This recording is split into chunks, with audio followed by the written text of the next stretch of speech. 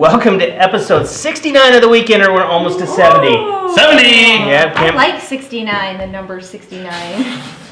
Wrong show, Shelly. Oh, sorry. So we do a podcast called Real Estate Exposed. That's where that stuff comes out. I'm embarrassed. Me too. Well, if you missed I'm red. Sorry. Look, I had to throw you guys off.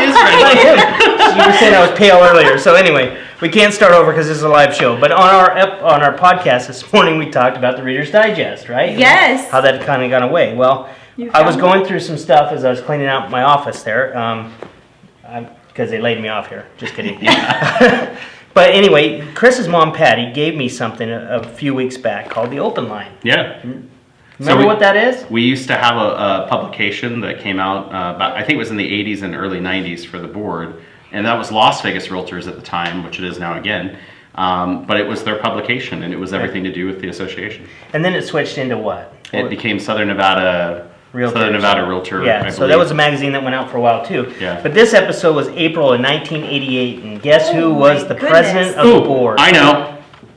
Dale Poole. Dale Poole. Congratulations, Dale Poole. And Dale still, what did you say? Dale still has the same mustache. Same Poole. It's kind of interesting. Yeah, colors changed a little bit, but it's still just the same. The other thing that's kind of neat is you see a lot of pictures of realtors that are still in the business today.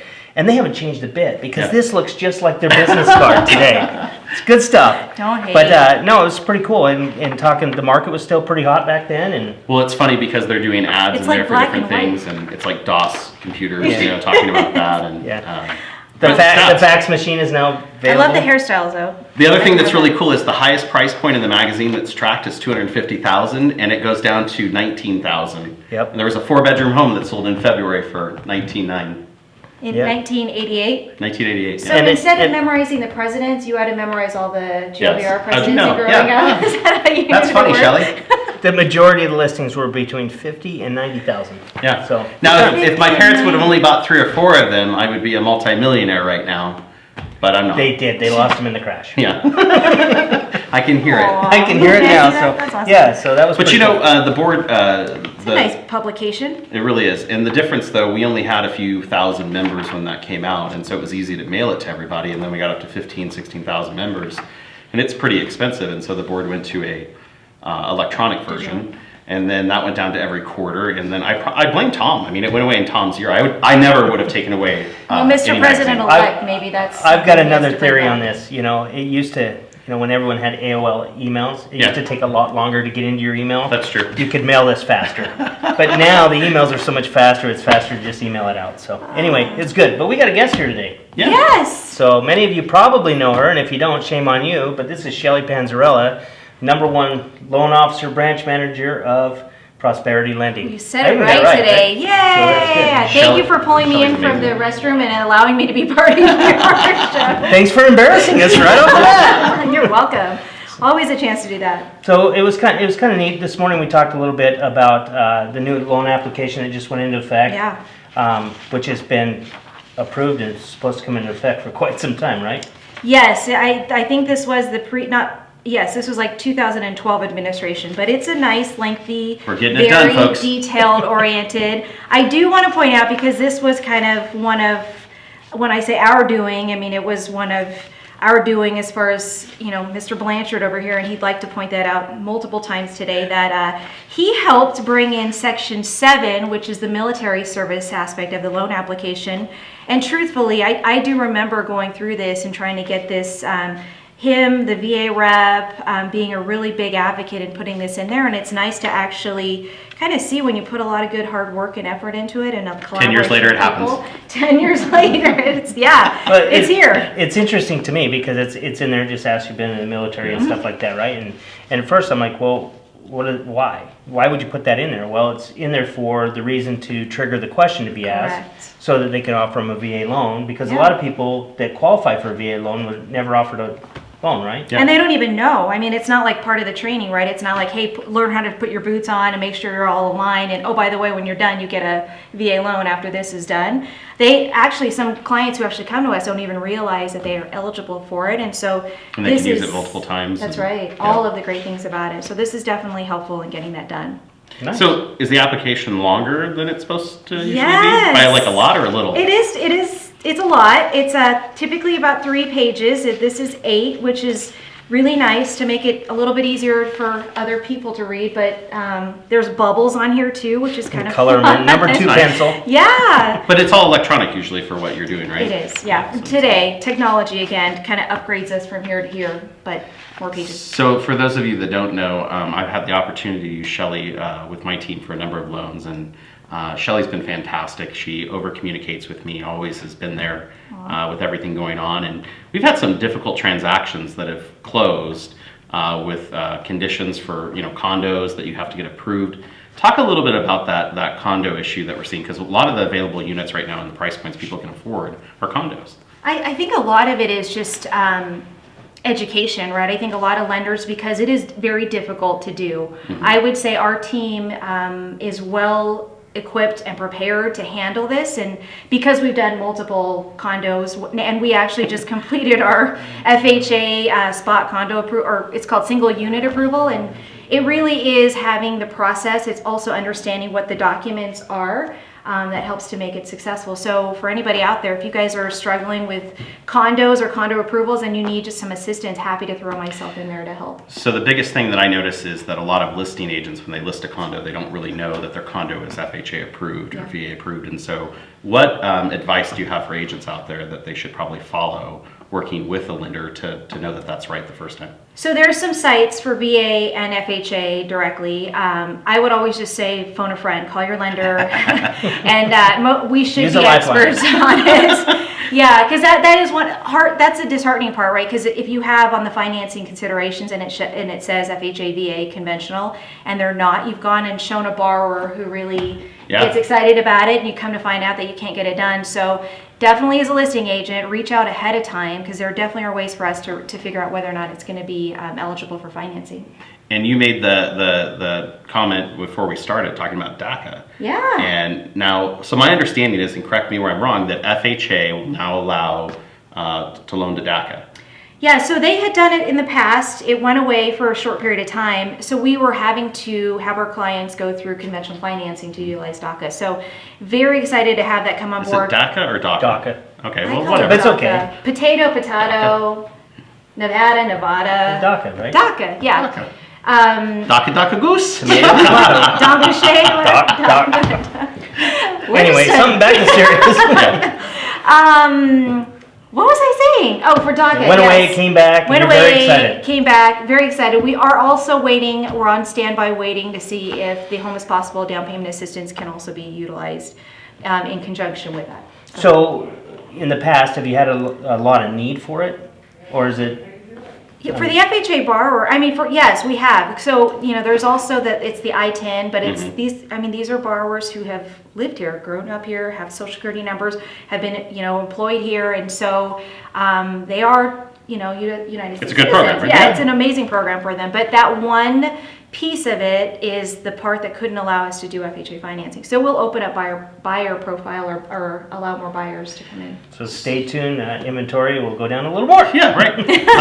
Well, that's what's funny is now there's such a shortage of inventory and all these programs are coming back. And so you brought up a program that I think everyone should hear about, your investor program that we talked about. I just put a client into it.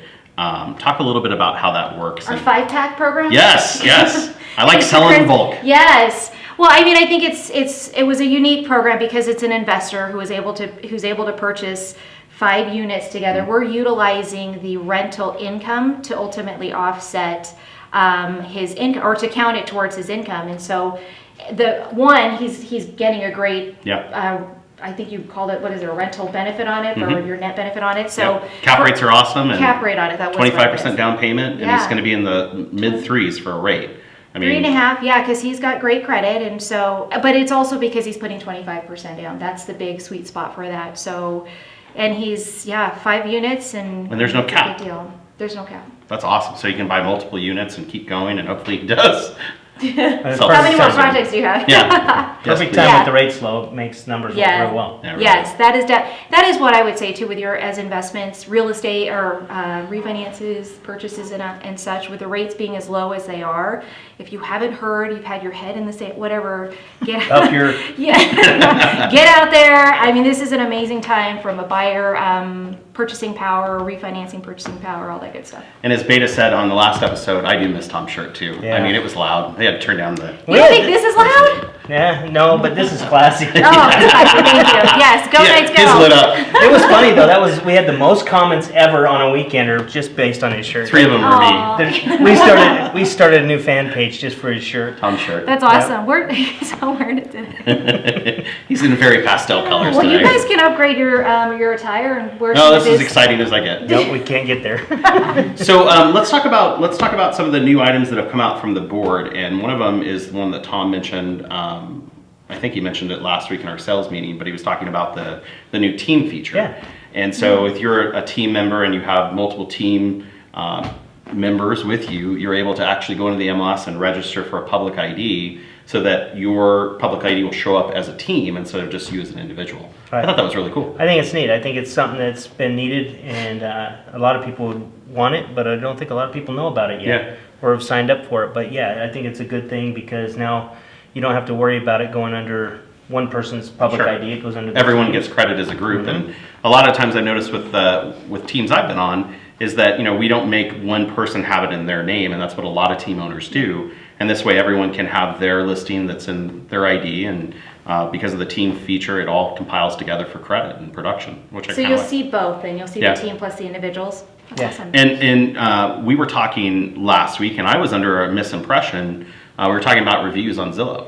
And the fact that you'd have to go on and claim your listing that's sold, and actually claim that I was the listing agent that sold it, and it would pop up under your name. And now Zillow's receiving IDX feeds. Yeah, so there's some changes that have happened. You've probably seen it in the news, seen it on Inman, everything else. Big deal that Zillow finally admitted that they were going to go into the brokerage business, right? Sure. Which I'm surprised they haven't done a long time before, because they've always had this battle on getting the feed, right? The Reds feed, Yeah. and what's going to be sent to them and what they can display and all that kind of stuff. Well, good news is now, good news, bad news, however you want to look at it, Zillow is now a brokerage here in Las Vegas. Yeah. They're a member of our board, and so they get the same feed we get, which is called an IDX, which means we subscribe to the IDX feed, which allows us to put all the other brokers' listings and that on our website, along with the IDX logo and certain layout, format restrictions or whatever.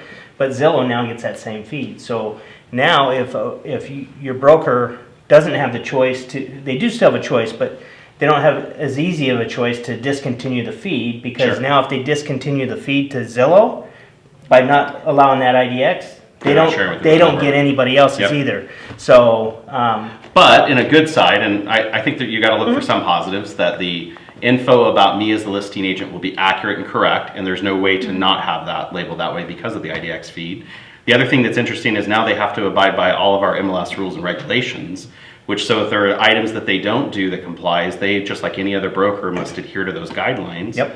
And I think the real concern that I've heard from everybody, and I'm going to tell you honestly, and any president that's out there, anyone that's done this, I've always kind of kept my opinions to myself because I represented a large group of people, and I wanted my actual in public, yeah, in the yeah. office, he lets them got rip. it. Shut up. But I think the whole point is that I've never really felt that Zillow was my competitor, or that they were going to shut me out of business. I mean, if they shut me out of business, then I didn't have a really good business, right? Mm-hmm. And I think that I remember being in Inman in New York about 4 years ago, and one of the executives from Zillow got up on stage and they said, the commonality is every lead we sell online was a realtor's failure to contact their database. Mm-hmm. And that really resonated with me, because it's true that if every realtor really worked their database, if they really reached out to the people they know in their sphere, what business would they be selling you? What business would they be taking away? And that's ironic. And that was their comment, is that many agents never follow up. And what's even funnier, as a company, they're having a hard time getting agents to follow up on leads, right? And so I think they've said, 60% never call the lead that they purchase? Yeah. Zillow saying that? Or Yeah. really? The agents Wow. that buy them never And follow I up. would think it's even higher than that, but yeah, I mean, it's still crazy. They spend the money on the leads and then they don't follow up. Yeah. And I think a lot of that is because internet leads, a lot of times when people are looking Sure. online, they're starting that thing and they may be 4 or 6 months down the road. And it's speed to lead, though. That's the whole point, right? Sure. Yeah, because you're looking for that 15 or 20% that are ready to do it now. Right. Yeah. And then you got to have a follow-up system for the rest, but they get burned out. I remember before Zillow came out, the first lead system I had that was an internet lead system was a Google search that they provided a BlackBerry for. And it was right when it was when that magazine came out. It was right when Blackberries came out, and I was 6.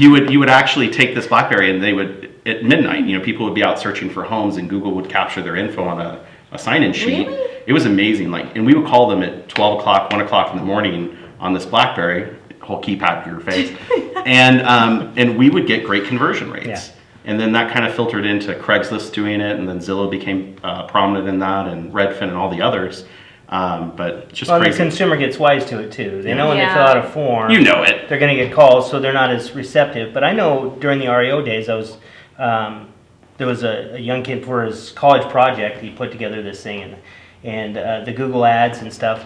And all he did was make a landing page, a simple landing page for your free list of foreclosures, right? And we just do pay-per-click, and they would just fill it out, and you just got the information. Those things just poured in, Sure. But it was a matter of spending some money out there to do it. And where all these public portals got the realtors, so to speak, is the fact that realtors were too cheap to pay for their ads anymore. And so they offered them a free listing publication, and they put it out there. So I think the biggest problem, and you guys have seen this in the business, is that many of us lack consistency, right? Yes. And I see that because if you ever buy a Homes Illustrated, or not, they're free, but if you ever pick one up and you pick it up this week and then you go look at the next one that comes out, match the pages. That's the consistency in our marketplace, and it's very few are residual in doing it. And to get benefits from anything, you have to keep on it. You have to have a follow-up plan. But the other thing that they said in that Inman conference was, real estate agents do all of this work to get their clients excited about buying a home, and then they never follow up with them. And that's why open houses work, right? I do all this work to call my clients, say, oh my God, the market's hot, get out there and it's a good time to look. And then I never call them back, and they're going to an open house, and some agent, sees them. I don't get them excited and don't call them back. Wow. Yeah. we stir up the industry, but then we don't follow through. So, hi, Lori. Lori says hi to us.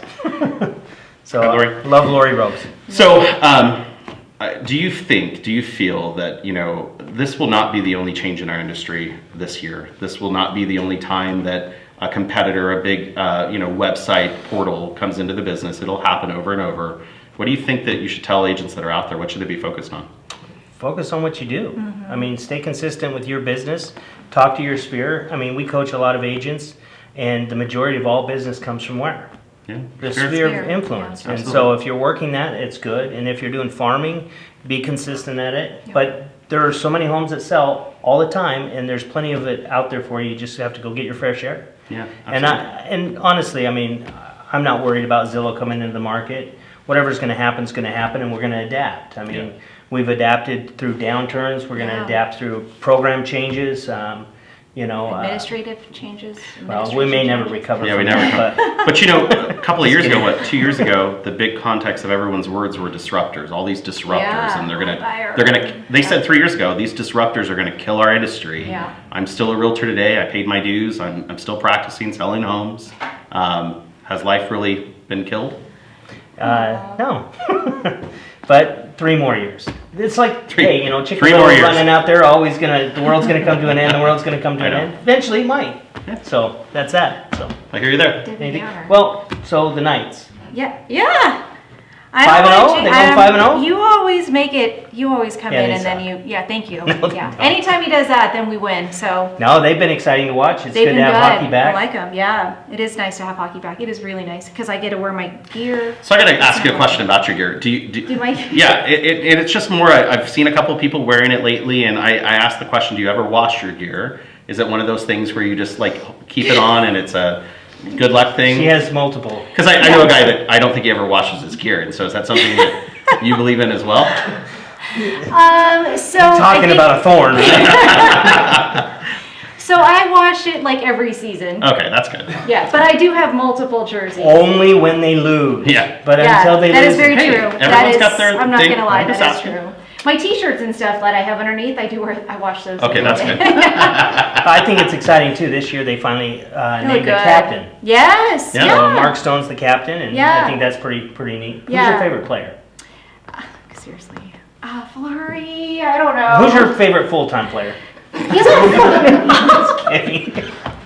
No, that's gonna I know hurt. you're a big Flurry fan. Yes. Do you have a favorite I player? don't have a favorite player. I like them all equally. Oh my But I tell you what, goodness. my favorite, My favorite is the commercials, that they're now starting to do from local businesses. Yes. And Knock-Vila? yeah. Well, what's the other one? The water one. Who did the water one? Reeves. Reeves. Rebo. That was great. And so that was my favorite for a while, but now there's a new one where Schmidt's doing the... Schmidt's gone. Yeah, that's Well, I guess crazy. he's not doing that anymore. He's not your He favorite is. player anymore. So mine's Riley Smith. I like Oh, that. I like Riley. Yeah, Yeah. he's like the unspoken hero. Yeah, he's the assistant captain. Is he? Bet you didn't know that. He's got the A on his shirt. So. I thought they all have A's. No. Originally, they didn't want to name a captain, so there was a bunch of A's. A's. But Yes. no, so it's good. But Yeah. I'm glad to have him back. Me I'm too. not excited about the schedule. Yeah. I mean, it's a lot of playing the same team over and over and over again. But it changes things a little bit too, because you're really going to see how good your team can adapt and that kind of stuff. So it's cool. But Yeah. they're Coyotes tonight. Yep. In Arizona, I think a lot of people are out there actually from Vegas. Game on the road this year. So Yeah. are they letting fans No, they in? were there yesterday, weren't they? Or were they? Yes. Full deal or 3,500. 3,500? 3,500. I saw they're actually going to have fans at the Super Bowl too. Really? Not full, but I think they're going to have. Did you see that you could actually buy your cardboard cutout and put it in the stands? So my husband did that because he's a New York Islanders fan. And so he was running Long around Island half iced long, tea. Yeah, that's where yes, that's that too. Taking pictures in his jersey. I'm like, what are you doing? He's like, I'm creating my image. I'm like, okay. So you sponsor A seat? You sponsor a seat. And they put up this. I'm in the cardboard wrong picture. business. Yeah. Yes. So- 25% capacity. We're heading out there tonight, is what Kim said. Kim's another fan. She's Yes. going out tonight too? No. Oh, I was like, Just what kidding. the heck? You're the only one not going. I'll let you go early. Yeah. So, no, that's cool. So, Well, next week, episode 70. finally, man, it seems like forever. Won't be as exciting for you, I know. but Thank we're you for excited bringing about me it. in for 69. Yeah. That was amazing. Episode 69. And with that, we're going to let you go. We'll see you next week. A wrap.